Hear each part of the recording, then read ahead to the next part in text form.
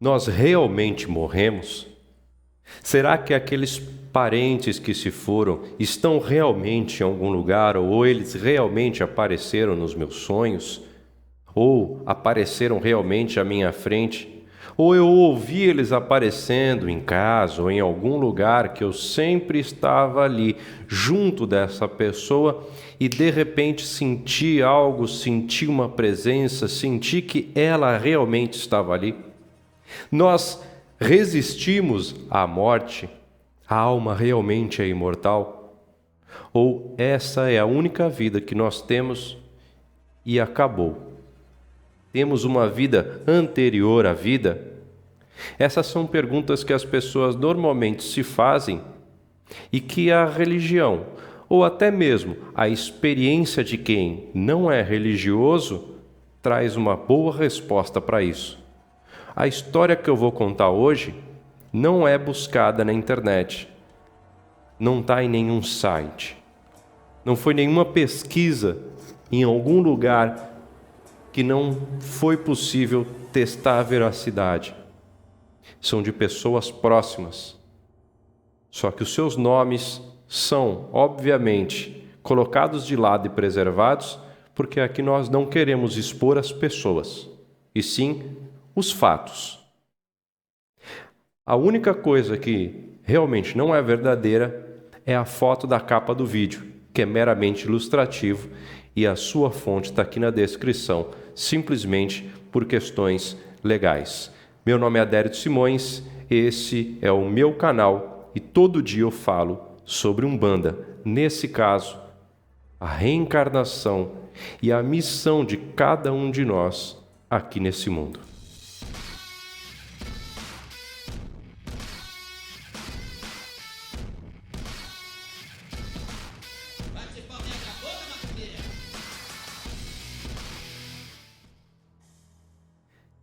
Em um determinado local, eu ia falar onde era, mas não é para dizer, uma médium que não faz parte de nenhuma religião. Se você não sabe, ser médium não está ligado a nenhum tipo de religião. Você enxergar espíritos ou ouvir os espíritos não quer dizer que você está ligado a uma religião. Pessoas que são ateias, ateus, também veem o mundo espiritual. Crer em Deus ou estar dentro de uma religião, uma instituição religiosa, não lhe torna médium.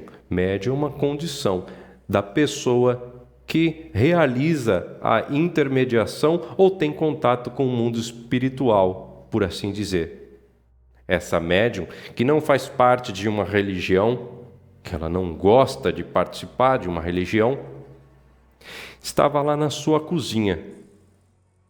E como é normal para ela, porque desde criança ela enxerga os espíritos, igual aquele filme, O Sexto Sentido, para ela isso é normal, de repente ela se vira e tem uma criança ali. E ela pergunta para a criança, já que é normal, ela não precisa se assustar, sabe a diferença entre pessoas que estão vivas e espíritos, para quem está acostumado, isso é normal. Pergunta, o que está fazendo ali? Por que você está dentro de casa? Você quer falar alguma coisa? Quem é você? E essa criança, então, mais ou menos, 3 anos? Não sei dizer. Ela responde, se bem que com 3 anos não vai conseguir responder. Responde, eu virei na tia. E logo a médium que estava ali conversando com a criança sabia quem era a tia e o motivo. Essas comunicações com os espíritos são assim de forma diferente, não é como nós conversamos aqui. Mas sim, ela mexia a boca e saía som. Mas a compreensão é um pouco diferente. Eu vou encarnar na tia. O que você acha, tia? Era outra tia, lembrando que é uma criança, todo mundo para criança é tia.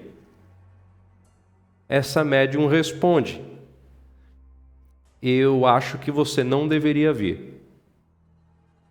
Não acho que é um bom momento. Essa criança ficou brava,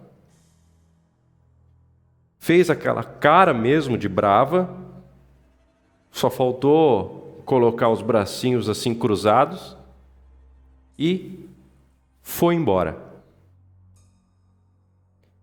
Anos depois, a suposta tia havia engravidado, a criança veio, e anos depois foi percebendo, essa médium, que esta criança que apareceu para ela dentro da sua cozinha tinha a mesma aparência antes de nascer e agora, depois de encarnada, mantinha a mesma aparência, ou seja, antes mesmo da produção biológica, ou produção biológica está correta? Eu acho que não.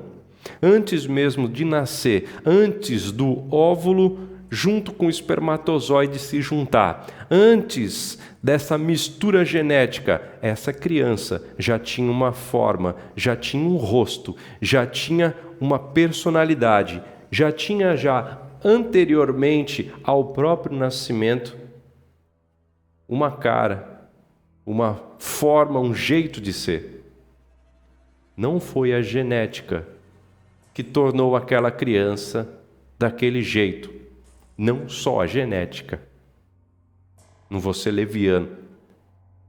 Acontece que antes da mistura de pai e de mãe, essa criança já tinha a mesma aparência. Isso comprova muito bem que não é simplesmente a genética de alguém que faz este alguém ser como ele é hoje. Antecipadamente, já existe uma forma, já existe um jeito de ser e um propósito. Você percebeu o humor, você percebeu a não aceitação das respostas dadas pela médium, você já verificou que tinha um rosto específico, já previamente determinado. Mas não para por aí, óbvio, senão não teria graça. Anos depois, comendo um sanduíche numa praça de alimentação, de repente, essa criança, e estando ali a médium, só com essa criança, as demais indo brincar no restante do local. Não sei onde que era, porque o que mais me interessava saber era aquele momento. Só tinha essa médium e essa criança. De repente ela, comendo ali o sanduíche, olha para essa médium e diz: tia, já com a sua feição diferente, já não mais como criança brincando e ali se distraindo com batata frita. Olha bem sério mesmo e diz: tia, você lembra de mim? Obviamente que a médium, na hora, despertou que ali não é mais a criança presa naquela condição de criança encarnada, e ali algo acessou acima da sua própria capacidade, olhou diretamente para ela e disse: você lembra de mim? E essa médium entendeu, obviamente depois de um pouco perplexa: sim, eu lembro. Eu também me lembro que eu pedi para você não vir. A criança olhou para o seu sanduíche, continuou comendo, brincando, e aí já ficou claro que ela retornou àquela condição de encarnado criança naquele momento. E a médium, tentando chamar, disse um nome: você lembra? Você sabe o que você falou? Repete o que você disse. E a criança já tinha retornado ao seu estado original não, seu estado atual de criança, e disse: que tia? O que foi? Voltou a ser a criança encarnada naquele momento.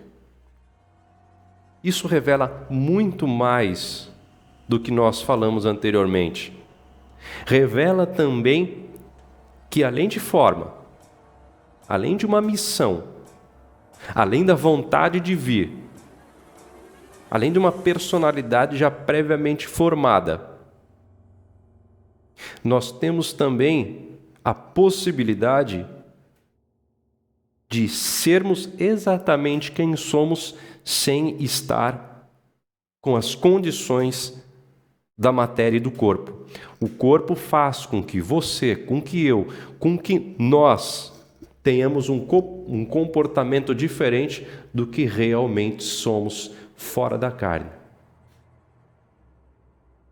Esse relato, essa criança, esse espírito, mesmo enquanto criança, teve a permissão ou conseguiu, de alguma forma, despertar naquele momento, falar com aquela médium e, sem a sua vontade, ou amparado, ou por sua própria vontade, retornar à condição de criança incapaz de compreender o que aconteceu antes ou depois.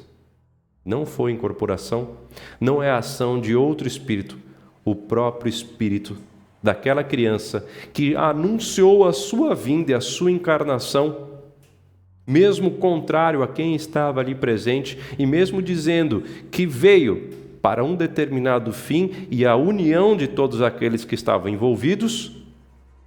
Toda essa missão, toda essa forma, todo esse relato indica claramente: nós não morremos com a morte.